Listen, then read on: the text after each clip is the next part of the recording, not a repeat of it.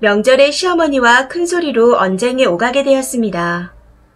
남편이 사과를 하라고 했었는데 이게 정말 제가 잘못한 건지, 정말 사과를 드리는 게 맞는 건지 여쭤보고자 글을 씁니다. 이야기에 앞서 저희에 대해 간단히 소개하자면 결혼 1년 차에 아이는 아직 없습니다. 정확히 양가 도움 없는 반반 결혼이었고 맞벌이 부부이고요. 급여도 비슷합니다. 지난 명절이 결혼 후 저에게는 시댁에서 보내는 첫 명절이었습니다. 설 때 교통사고로 제가 입원해서 못 갔었거든요. 퇴원을 하고 난 후 방문을 했고요. 참고로 시댁과 저희 집은 차로 15분 거리에 있습니다. 아무튼 추석 당일날 아침 9시 정도에 시댁에 도착했습니다. 도착하자마자 국이랑 김치에 간단하게 아침을 먹고 바로 음식을 했었고요. 대뜸 시어머니께서 동태포 뜬 걸 한 바가지 주시면서 부치라고 하시기에 혼자 전 부치기를 시작했고 3시간 동안 말 그대로 전만 부쳤습니다. 시간이 정확한 게 오후 1시가 조금 넘어서 친구한테 전화가 왔었는데 그때 시간을 봤었거든요. 동태전에 꼬치전, 버섯전까지 혼자 다 하는데 3시간 정도가 소요됐습니다. 그때 시어머니께서는 이미 벌어진 술상에 전을 갖다 주시면서 합석을 한 상태였고요. 동서가 한 명 있는데 아이가 갓 돌을 넘긴 상태라 아이를 보고 있어 음식하는 데는 손 하나 까딱하지 않았습니다. 아이 보느라 고생하는 걸 알고 있었기에 거기에 대해서는 딱히 불만은 없었고요. 아무튼 전을 다 부치고 난 후 바로 잡채를 했는데 야채는 어머니께서 다듬어만 주시고 재료 하나하나 볶고 무치는 것까지 제가 다 했습니다. 이후 뒷정리까지 저 혼자 다 했는데 끝난 시간이 오후 4시경이었던 것 같아요.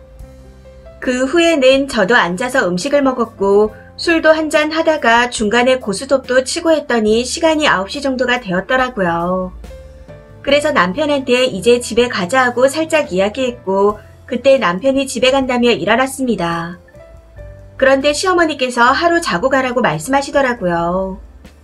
그래서 제가 그냥 집에 가겠다 말씀드렸습니다.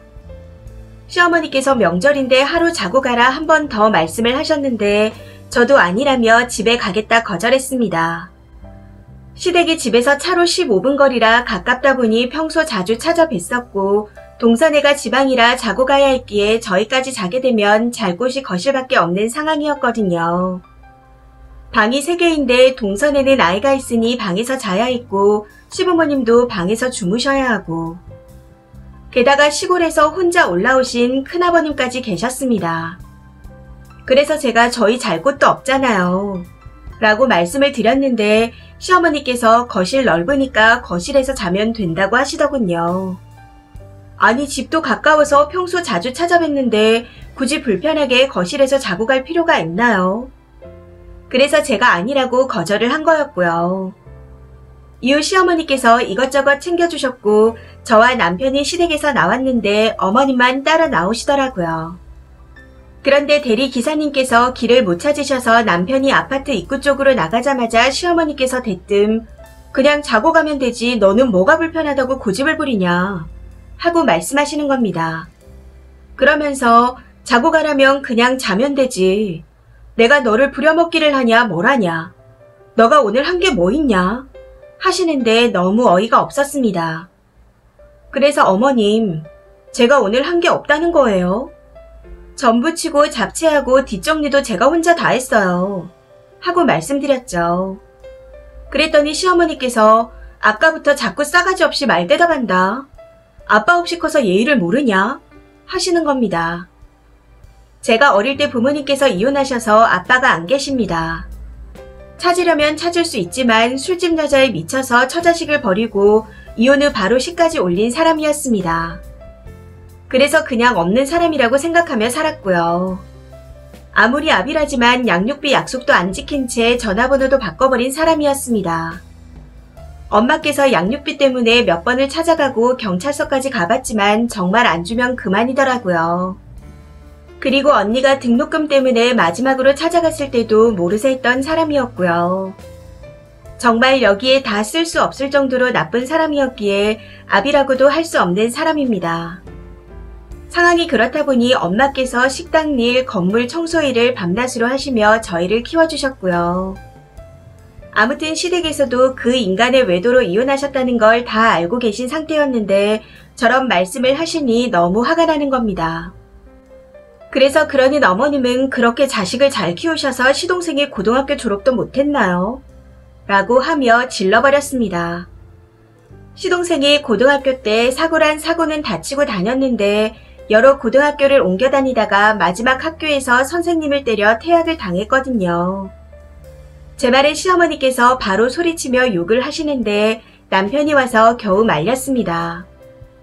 남편이 오자마자 저는 차가 있는 쪽으로 자리를 옮겨버렸고 남편과 시어머니께서 대화를 좀 나누고 난 후 시어머니께서는 집으로 올라가셨습니다.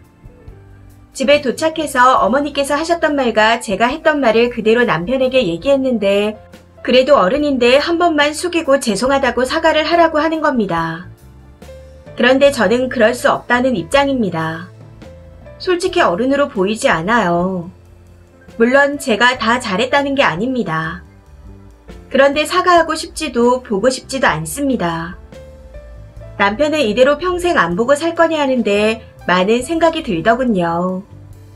전세대출 받는다고 혼인신고를 이미 한 상태라서요.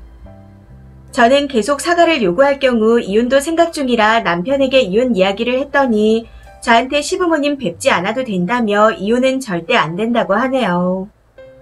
그런데 저는 정말로 시부모님을 안 보고 평생 살 수 있을지 그것도 걱정입니다. 그래서 그냥 사과 한번 하고 말아야 할지 고민도 되고요. 제가 사과를 해야 하는 게 맞는 걸까요? 조언 부탁드립니다. 추가입니다. 댓글들 너무 감사합니다. 그리고 주작이라고들 하시는데 절대로 아닙니다. 전을 당일에 하냐고 하셨는데 저희 시댁은 그렇게 하더라고요. 시댁에는 제사가 없고 아버님께서 넷째셔서 시골에서 제사를 지내고 있습니다.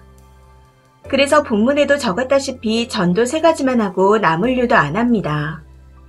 명절 음식이 전, 잡채, 소갈비가 다예요. 겉절이 같은 건 시어머니께서 미리 해두셨고요. 일하는 시간이 길어졌던 건 전의 종류는 적었지만 양이 정말 많았습니다. 솔직히 음식하면서 힘들다고 느낀 부분은 없었어요. 제가 워낙 음식하는 걸 좋아하기도 하지만 결혼 후 첫 명절에 참석 못한 부분이 있어서 혼자 다 한 것도 있었거든요. 저는 제가 혼자 일을 했다는 걸 다 떠나서 저한테 아빠 없이 자라서 예의를 모르냐고 하신 말이 충격이었습니다. 두 번째로는 이 상황을 다 아는 남편이 어른이라는 이유로 사과하라고 한 게 화가 났었고요. 물론 저도 어떻게 그때 생각이 났는지 시동생의 고등학교 이야기를 했었지만 제가 글이 잘못한 건진 모르겠습니다. 이 글의 링크는 남편한테 보내줄 예정이에요. 제 편이 많아서가 아니라 제가 어느 부분에서 화가 났는지와 다른 분들의 공감도 남편이 알았으면 하는 마음에서입니다. 결혼은 둘이 좋다고 하는 것이 아니라 집안끼리 하는 거라는 말. 그리고 그 집 부모도 보고 하는 거라는 말을 뼈저리게 느끼게 되었네요. 저도 어느 댓글처럼 거지 같은 집안에서 살았기에 할 말은 없지만 시어머님이 100번, 1000번 잘못했다고 생각합니다. 남편이 여기서 더 시어머니께 사과를 하라고 한다면 저도 여러 방면으로 알아봐야겠죠. 이혼이라는 게 쉬운 것도 아니라는 걸 알고 있거든요. 아무튼 내일 남편한테 링크를 보내고 남편의 행동을 본 후 어떻게 할지 생각을 해볼 예정입니다. 본인 일인 것처럼 댓글 달아주셔서 감사드립니다. 저희 언니가 속상해할까봐 언니한테 얘기 못하고 이곳에 글을 올렸던 건데 덕분에 조금이나마 마음이 후련해진 것 같습니다. 정말 감사합니다. 댓글입니다. 첫 번째 댓글. 사과 절대로 하지 마세요. 아버지 얘기를 꺼낸 데서 선은 시어머니가 넘으신 겁니다. 어른이니 먼저 사과드려야지 해봤자 좋은 소리 못 들어요. 오히려 앞으로 님을 더 무시하겠죠. 영 끊을지 말지는 님의 선택이고요. 끊을 거면 남편만 왕래하라 하시고 안 끊을 거면 다음에 가서 아무렇지 않게 대하세요. 가더라도 앞으로는 절대 님 혼자 일하지 마시고요. 그리고 여기에는 님 남편의 책임도 있다는 걸 명심하셔야 합니다. 잘 데 없는데 어머니가 자고 가라 하면 어디서 자라는 거냐 하고 자기 선에서 딱 잘랐어야 했고 님만 일하면 자기라도 님을 챙기면서 같이 일을 했어야 합니다. 모든 일을 방관하고 결정은 님에게 떠넘기고 고생시키고 욕까지 먹게 하더니 이제 와서 님한테 사과까지 하라니요. 오래 믿고 살 사람은 아닌 듯 보입니다. 두 번째 댓글. 아무리 개차반 부모라도 내 부모 욕하는 인간은 상종하는 게 아닙니다. 시어머니가 먼저 선빵 쳤으니 시동생에 관한 정도의 말은 충분히 할 수 있는 거죠. 인연 끝낸다 하시고 남편이 안 된다 하면 이혼하자 하세요. 그 시어머니 다시는 만나지 마세요. 세 번째 댓글. 어른이 어른다워야 사과도 하고 공경도 하는 건데 시어머니가 먼저 막말하고 아래껏 취급하는데 뭘 어떻게 잘 지내나요? 남편만 아니면 평생 엮일 일 없는 아주머니인데 남편 어머니라고 대접하니까 며느리를 우습게 여기나 봐요. 시어머니가 먼저 선 넘은 거 사과 안 하면 님도 사과하지 말고 왕래 안 해도 됩니다. 남편이 중재 못하면 이혼도 고려하시고요. 네 번째 댓글. 자주 왕래하고 있는데 굳이 거실에서 자면서까지 자고 갈 이유가 없는 것 같은데요. 그리고 부모 운운하며 말하는 시어머니 인성이 참...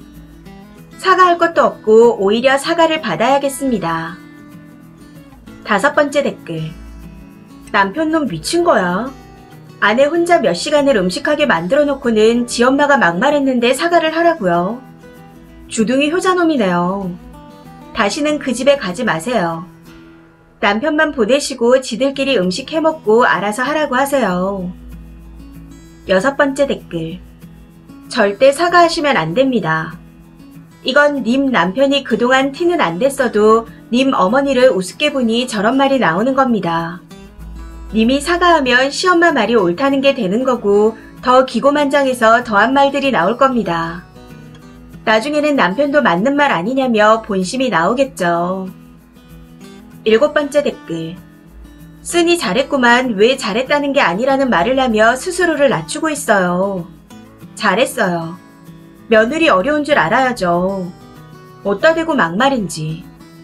베이고 멍든 상처는 시간이 지나면 나아지지만 말로 생긴 상처는 시간이 지날수록 커진다는 것도 모르는 무식한 노인네는 상종 안 하고 사는 게 답입니다. 이 사연은 여기까지입니다. 시청해주셔서 감사합니다.